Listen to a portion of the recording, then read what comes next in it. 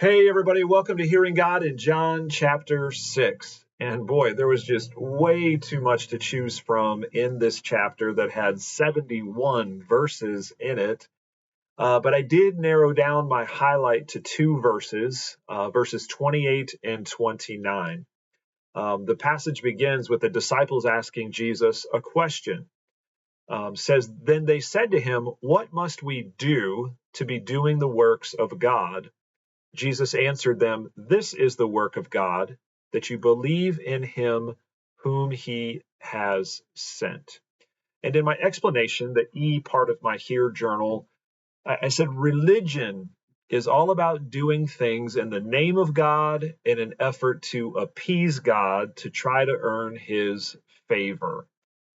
But it is an exercise in futility.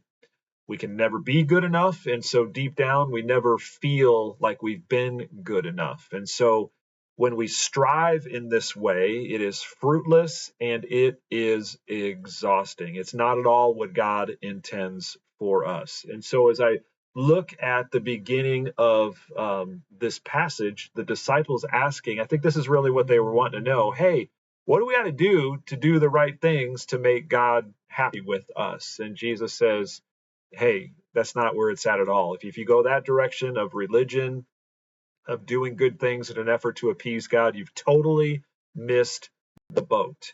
And so this is what makes Christianity so beautiful.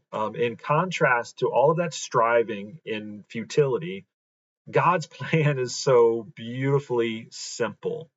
And it is not about striving, it is about belief. It's about believing in him. Jesus said in verse 29, This is the work of God, that you believe in him whom he has sent. So, which would you rather do? Would you rather strive for fruitless futility, never able to achieve enough, or would you rather rest in belief? And certainly the latter sounds better. But what does that mean, actually, to believe in him?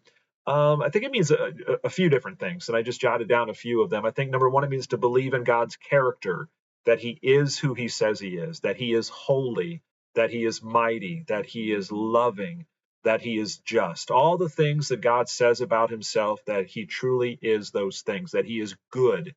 We believe in his character.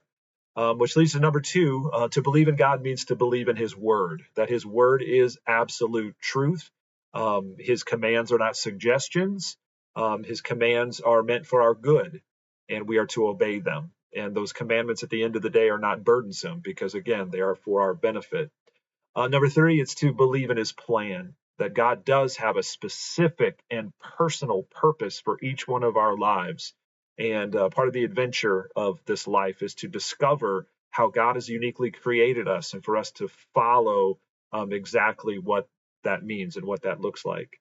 And then lastly, to believe in his power, that as God reveals his plan for us, that he will empower us to do and to be all that he intends for us in that. And that goes way beyond ourselves.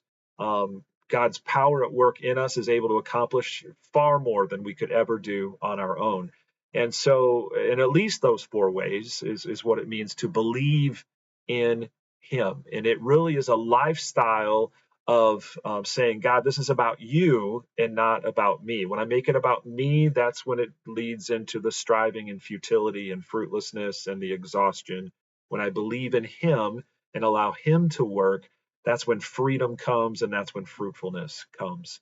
And by way of application, I said, if I'm honest, I struggle most with believing in his power, that last one. Intellectually, I believe, and the things that I read about, the miracles and the scripture, I absolutely believe that those things happen. But when push comes to shove in my daily life, I tend to default to self-effort. And when I default to self-effort, I don't depend on God. And so therefore I do not appropriate God's power. And I wonder if maybe lurking beneath that is maybe at a heart level, I don't really believe in his power. I hate to even say that, but intellectually I do, but do I at the heart level? And I'm not sure. And so I think I need God to do a deeper work in my life of believing in him on this level.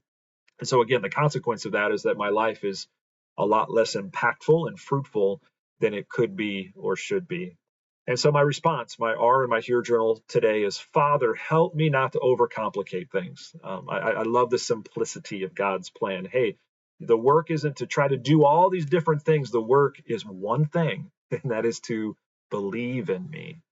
I have one job, and that is to believe in you. Help me to exercise this belief, especially in your power, on a daily basis, and see you perform miracles as a result. And so I hope that that's an encouragement and a challenge for you today. We have one job, and that is to believe in him. And so thank you for joining me today for John chapter 6. I look forward to joining with you soon in John chapter 7.